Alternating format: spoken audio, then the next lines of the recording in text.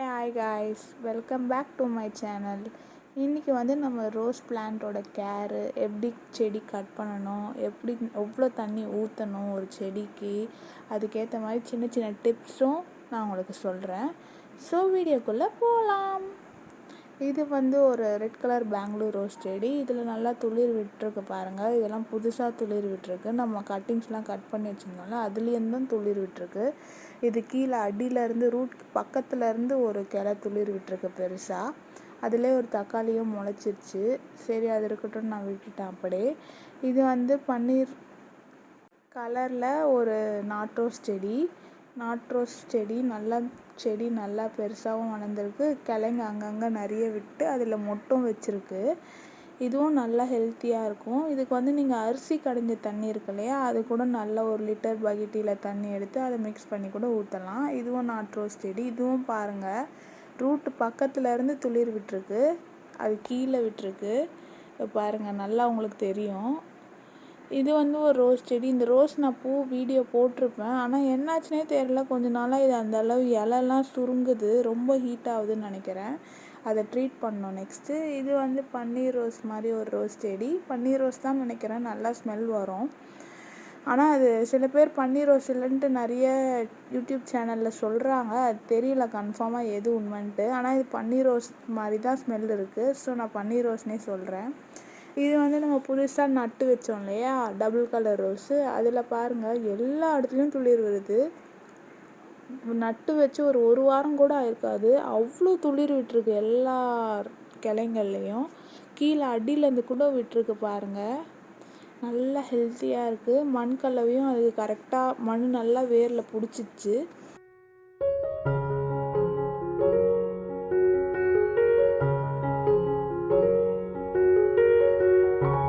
ஒரு சின்ன வெங்காயம் தளிர் விட்டுருக்கு, அதெல்லாம் அதையும் பிடுங்கிடணும். அதுக்கப்புறம் இது ஒரு நாட்ரோஸ் செடி. இதில் ஃபுல்லாக அந்த கரிசலாங்கண்ணி செடி எப்படி அந்த சீட்ஸ் அதில் போச்சுனே தெரியல, எல்லாம் அங்கங்கே கரிசலாங்கண்ணி செடி முளைச்சிச்சு. இது மேரிகோல்டு செடி. நம்ம பூ எடுத்து காய வச்சு போட்டிருந்தோம். அதில் நிறையலாம் வளரல. இதோ ஒன்று, அங்கே ஒன்று, ஒரு 2 வளர்ந்துருக்கு, 3 வளர்ந்துருக்கு. அப்புறம் இதில் ஒரு 2 செடி முளைச்சிருக்கு. அதை நான் சர்க்கிள் பண்ணி காமிக்கிறேன் உங்களுக்கு, அப்போ தான் உங்களுக்கு தெரியும். இதுதான் நம்ம பன்னீர் ரோஸ். இது பாருங்கள், இதில் எத்தனை மொட்டு விட்டுருக்கு பாருங்கள். கலரும் அவ்வளோ அழகாக இருக்குது, லைட் பிங்க்கு, ரொம்ப பெருசாக இருக்குது. பூவே நம்ம கை அளவு இருக்கும், அவ்வளோ பெரிய பூ எல்லாமே. அதுக்கப்புறம் இதில் புதினா, கரிசலாங்கண்ணி செடிங்கள்லாம் வச்சுருக்கோம்.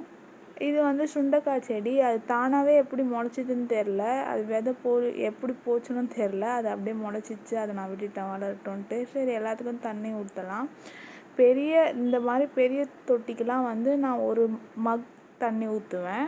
இப்போ கொஞ்சம் பாட் சின்னதாக இருந்துச்சுன்னா இதுக்கெலாம் 1/2 மக்கு போதும்.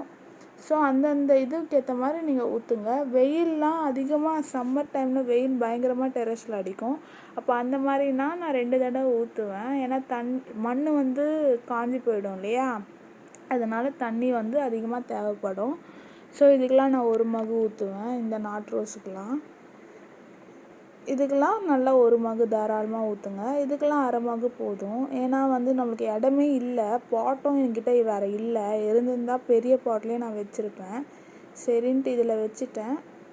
இதுக்கெலாம் 1 மகு ஊற்றணும். இது சுண்டைக்காய் செடி. நல்லா அங்கங்கே முள் பெருசாக தான் இருக்குது இலை.